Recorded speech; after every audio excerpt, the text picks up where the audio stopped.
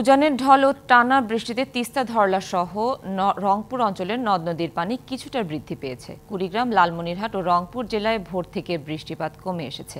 রংপুর বিভাগে ক্রমাগত বৃষ্টি হওয়ায় প্লাবিত হয়েছে অঞ্চলটির চর সহ নদী তীরবর্তী বেশ কিছু নিম্নাঞ্চল। টানা বৃষ্টি উজানের ঢলে বাড়তে শুরু করেছে উত্তরের তিস্তা নদীর পানি। লালমনিরহাট পানি উন্নয়ন বোর্ড জানায়, তিস্তার ডালিয়া পয়েন্টে বিপদসীমার 15 সেন্টিমিটার নিচ দিয়ে পানি প্রবাহিত হচ্ছে। গত 2 দিনে টানা বৃষ্টিতে তিস্তার চরে ধান, বাদাম, মরিচ সহ বিভিন্ন ফসলের ক্ষেত তলিয়ে গেছে। নদীতে পানি বাড়ায় আতঙ্কে আছে নদী পাড়ের মানুষজন। পানি উন্নয়ন বোর্ড জানিয়েছে, তিস্তা ও ধরলা নদীর পানি আগামী 24 ঘন্টা পর্যন্ত দ্রুত বৃদ্ধি পেতে পারে। পরবর্তী একদিন পর্যন্ত তা স্থিতিশীল এবং এর পরদিন থেকে তা কমতে পারে। সব জেলা প্রশাসন ও পানি উন্নয়ন বোর্ড যে কোনো দুর্যোগ মোকাবেলায় প্রস্তুত রয়েছে।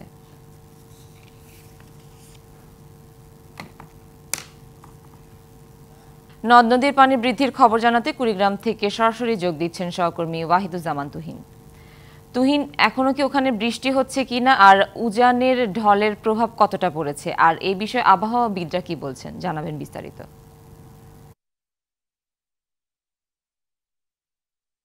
সুনন্দা, ঠিক এই মুহূর্তে কুড়িগ্রামে বৃষ্টিপাত নেই বললেই চলে।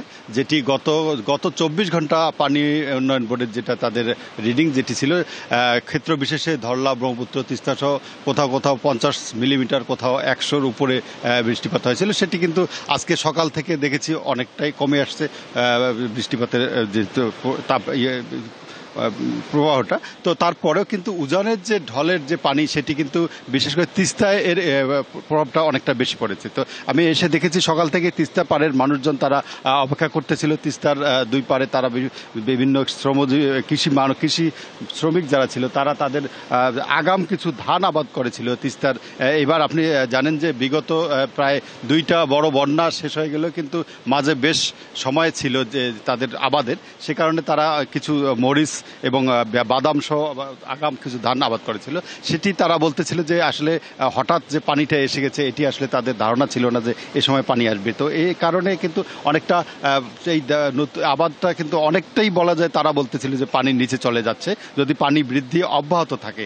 তো পানি উন্নয়ন বোর্ড যেটি জানাচ্ছিল যে তারা বলতেছিল যে উজানের পানি যেহেতু রয়েছে আর অভ্যন্তরীণ বৃষ্টিপাত অনেকটা কমে গেছে, তারা জানাচ্ছিল যে আজকে হয়তো 24 ঘন্টা পানি বৃদ্ধির পর হয়তো অনেকটা কমে আসতে পারে পানির বৃদ্ধি। তবে উজানের পানি যদি বৃষ্টিপাতের পরিমাণ কমে আসে, সেক্ষেত্রে তাহলে বড় ধরনের বা মাঝারি ধরনের কোনো বন্যা হওয়ার আশঙ্কা নেই বলে তারা জানাচ্ছে। তো সুনন্দা, এই ছিল কুড়িগ্রাম থেকে।